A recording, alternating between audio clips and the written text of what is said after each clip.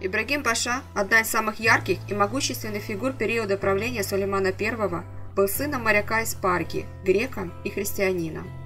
В детстве он был похищен пиратами и был продан в дом богатой вдовы Манисы. Она заботилась о ребенке, дала ему образование, а затем подарила мальчика будущему султану Сулейману I, который был в то время наместником Манисы. Ибрагим быстро подружился с будущим султаном, который был его сверстником. Он обучался вместе с Сулейманом, знал несколько языков, любил читать различные книги по истории и географии. После вступления Сулеймана на Османский престол в 1520 году Ибрагим был удостоен различных званий, в том числе и поста хранителя султанских покоев. В 1523 году султан Сулейман, вопреки всем традициям, назначает Ибрагима на должность великого визиря. Ибрагим был чужаком, бывшим христианином, без репутации, так как до этого не занимал выдающихся должностей. У него была только дружба султана. Чиновничество восприняло Ибрагима в штыки, считая его выскочкой. Но султан Сулейман ему безгранично доверял и относился как к родному брату. В 1524 году Ибрагим женится на Мухсине Хатун. Долгое время считалось, что женой Ибрагима была Хатидже, сестра султана Сулеймана. Эту версию взяли за основу создатели исторического сериала «Великолепный век», показав романтическую любовь между Хатидже и Ибрагимом. Но в действительности этой романтической сказки не было. Позже в архивных источниках были найдены письма жены Ибрагима, подписанные именем Мухсине. Она была знатного происхождения и, по последним историческим данным, была дочкой той самой вдовы, в дом которой попал Ибрагим после похищения пиратами. Известно, что Мухсине пыталась отказаться от брака с Ибрагимом, не желая выходить замуж за бывшего раба своей семьи, но изменила свое решение. Из их переписки можно установить, что между супругами установились нежные и доверительные отношения. Мухсине Хатун родила Ибрагиму сына Мехмеда, который умрет в 1539 году, через 3 года после казни отца. Будет ли его смерть насильственная или он умрет от естественных причин, история не упоминает. Нет в ней дальнейших сведений и о самой Мухсине Хатун. В 1524 году состоялись пышные торжества по случаю женитьбы Ибрагима Паши. Современники писали, что гуляния затянулись на 7 дней и были потрачены приличные суммы из бюджета. Такие расходы вызвали возмущение среди солдат, ведь им не платили жалования. В Стамбуле даже возникли волнения. Султан Сулейман присутствовал на торжестве и подарил молодоженам огромный дворец на ипподроме в Стамбуле. Сейчас в нем расположен музей турецкого и исламского искусства. В нем представлена экспозиция старинных украшений, одежды, предметов обихода, раритетные исторические сокровища, включая древние рукописи и коллекцию роскошных ковров ручной работы. Само здание имеет оборонительную концепцию и больше напоминает крепость, чем дворцовые апартаменты. Каменные стены дворца могли вынести длительную осаду. Огромный интерес представляет внутреннее убранство исторического комплекса. Часть комнат во дворце Ибрагима Паши в точности воссоздает обстановку времен, когда визирь еще был в зените славы. На дипломатическом фронте Ибрагим Паша был очень успешен. Он договорился о выгодных сделках с лидерами католических держав. Венецианские дипломаты даже назвали его Ибрагим Великолепный, обыгрывая эпитет султана Сулеймана. В 1533 году он провел переговоры с послами короля Испании Карла V насчет Венгрии. Хотя переговоры прошли успешно и это принесло Османской империи дипломатическую победу, Ибрагим Паша на этих переговорах повел себя как настоящий временщик, который правит Османской империей вместо самого султана Сулеймана.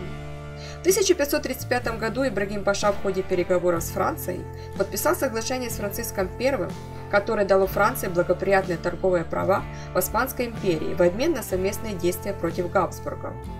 После назначения на пост великого визиря Ибрагим Паша продолжал получать другие дополнительные должности и титулы от султана, и его влияние в Османской империи стало почти столь же абсолютным, как и влияние самого Сулеймана. Он стал сейраскиром, командующим армией Османской империи. В этом качестве он участвовал в Мухачском сражении в 1526 году, в осаде Вены в 1529 году и в Персидском походе в 1534 году. Ибрагим Паша достиг такого уровня власти и влияния, с которыми могли соперничать только лишь очень немногие великие визири за всю историю Османской империи. Но в 1536 году он был казнен по приказу султана Сулеймана, а его имущество было конфисковано государством. Так что же стало причиной такого решения султана? Было несколько очевидных нюансов при жизни великого визиря Ибрагима Паши, которые неумолимо приближали его к смерти и вынуждали султана Сулеймана пойти на такой сложный шаг, как казнь лучшего друга. Во-первых, стремительный взлет Ибрагима Паши по карьерной лестнице не одобряли ни при дворе, ни в народе, несмотря на то, что его титул был заслуженным. Невероятное богатство великого визиря империи, которым его наделил султан вместе с полномочиями, раздражало подданных. Во-вторых, многочисленные сплетни и недовольство людей были относительно античных статуй, находящихся во дворе великого визиря. Поскольку ислам запрещает изображение людей и животных, а также создание статуй, наличие идола у Ибрагима Паши порождало очень много вопросов и пересудов. Люди были недовольны тем, что визирь Великой Османской империи излишне почитает культуру и традиции европейских стран. А также его подозревали в том, что он все еще остается христианином, при этом называя себя мусульманином. В-третьих, Ибрагим Паша убирал со своей дороги неугодных ему людей не самыми честными способами. Например, он вынудил падишаха приговорить к смерти имперского казначея Искандера Челеби, обвинив его в непомерной растрате средств и воровстве, хотя на самом деле никакого преступления не было. В-четвертых, в персидском походе Ибрагим Паша под воздействием собственного тщеславия назвал себя султаном Сираскиром, что было серьезным оскорблением для Сулеймана. Как мы видим, основной причиной гибели Ибрагима Паши стала его гордыня. Когда из простого сокольничего он неожиданно возвысился до второго человека в государстве, им овладела мания величия, справиться с которой было невозможно. Ибрагим, всегда бывший простым рабом, возомнил себя равным падишаху и стал совершать поступки одни за другим. Такое поведение настолько огорчило Сулеймана, что он принял решение о казни своего соратника и близкого друга. Но было одно «но». Дело в том, что, назначив Ибрагима на пост великого визиря Османской империи, Сулейман опрометчиво поклялся ему, что человек, наделенный такими правами и титулами, не может быть казнен. По сути, падишах сам развязал приближенному руки, лишив его всякого страха за свою жизнь. Безнаказанность вела Ибрагима в бездну. Дав клятву, султан не мог просто так забрать свои слова обратно, поэтому на казнь визиря ему нужно было получить фетву, разрешение от муфтия. Разрешение было получено по законам ислама, но в искупление Сулейман Великолепный должен был построить новую мечеть в Стамбуле. Ибрагим только что возвратился из очередного военного похода. 15 марта 1536 года падишах пригласил визиря поужинать. Они за ужином долго и мирно беседовали, как в старые добрые времена. Когда трапеза завершилась, Ибрагим хотел поехать к себе во дворец, но государь пожелал, чтобы тот остался переночевать. Визирь покорно ушел в комнату и лег спать.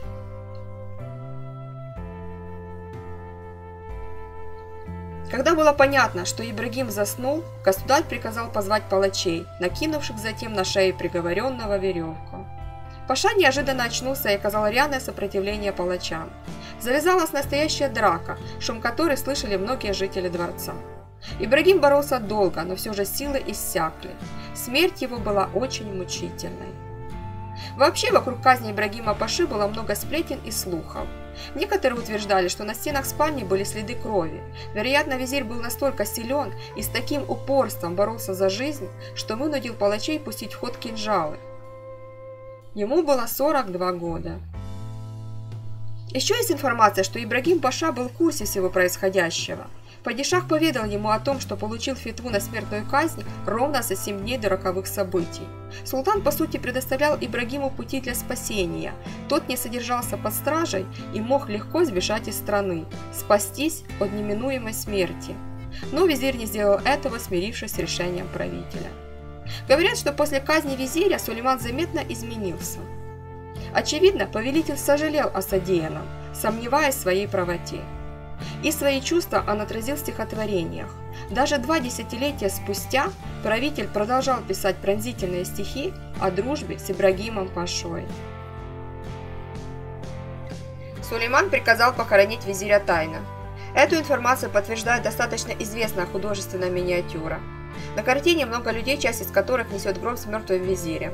Другие люди шепчутся друг с другом и держат в руках горящие факелы. То есть, можно смело утверждать, что хоронили Ибрагима ночью. Тело перевезли через реку и похоронили в тайном месте в лесу на противоположном берегу. Могила Ибрагима Паши была обнаружена только через 2 столетия после захоронения визиря. До этого момента местонахождение захоронения было неизвестно. Теперь могила Ибрагима Паши располагается в Стамбульском районе Фындыклы, на окраине улицы Джанфеда.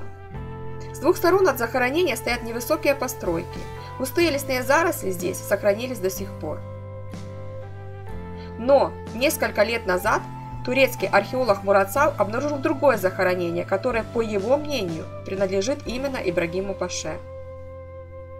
Мурат Сав считает, и с ним согласны ряд историков, что Ибрагим был похоронен возле мечети, построенной по его заказу и носящей его имя, которая расположена в районе Галата. Эта мечеть как раз была достроена в 1536 году, в этот год был казнен Ибрагим Паша. Ибрагим даже говорил, чтобы его похоронили именно здесь. Напротив мечети находилась обитель дервишей, и именно там похоронили Ибрагима. В подвале магазина или какого-то коммерческого помещения, находящегося прямо напротив мечети Ибрагима, на месте бывшей обители было обнаружено неизвестное захоронение без могильной плиты.